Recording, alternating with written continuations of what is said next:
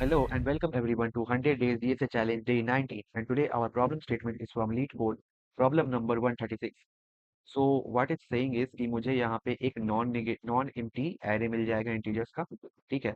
And what I have to do is I have to check that every element is appearing twice except for one, and I have to return that alone element from this array, ठीक है.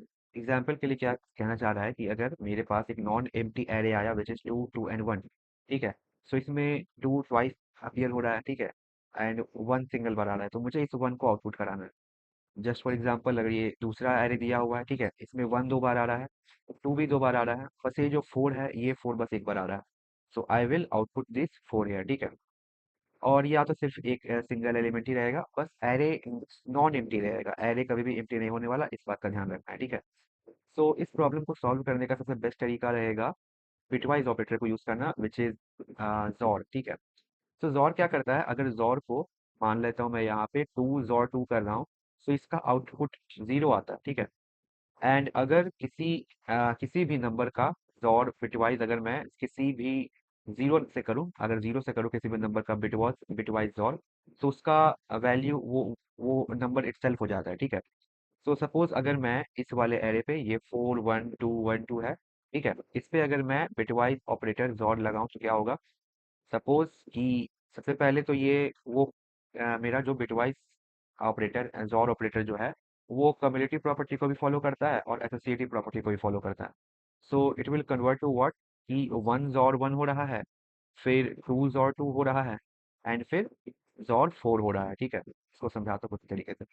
इसका पहले यहाँ पे देख लेते हैं थोड़ा सा, ठीक है.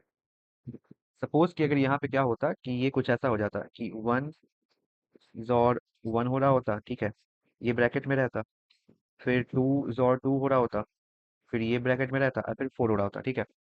सो इसका वन जॉर वन का आउटपुट क्या आता, जीरो, ठीक है. टू जॉर टू का आउटपुट जीरो, ठीक है. इसका मतलब यहाँ पे ये जीरो हो जाता, ठीक है, ये भी जीरो हो जाता, और बचता सिर्फ फोर, ठीक है.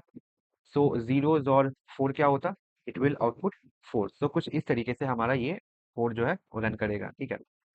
सो एक्सपीरियंस समझ में आ गया होगा. तो कोड भी काफी छोटा सा है, ठीक है. सबसे पहले मैंने यहाँ पे एक रिजल्ट को ले लिया, ठीक है, रिजल्ट वेरिएबल, इसमें अभी के लिए जीरो स्टोर करा दिया है. अब जो भी मेरे पास एरे आएगा उसमें मैंने फॉर लूप चला दिया है कि जब तक इसके इस एरे के सारे एलिमेंट्स पे तुम एक फॉर लूप रन करो, ठीक है.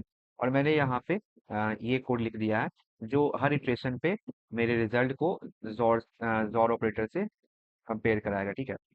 सो इन द एंड मुझे मेरा रिजल्ट मिल जाएगा, ठीक है. सो चलिए इसको देखते हैं एक बार इस कोड को रन करके, ठीक है. So I will try running the code here. Okay, so my code is working. चलिए इसको सबमिट करके देखते हैं. सो यहाँ पर ऑफ कोर्स सबमिट भी हो गया है, ठीक है. Very good. So this was it for today. हम लोग मिलेंगे डे 20 में. Till then keep coding.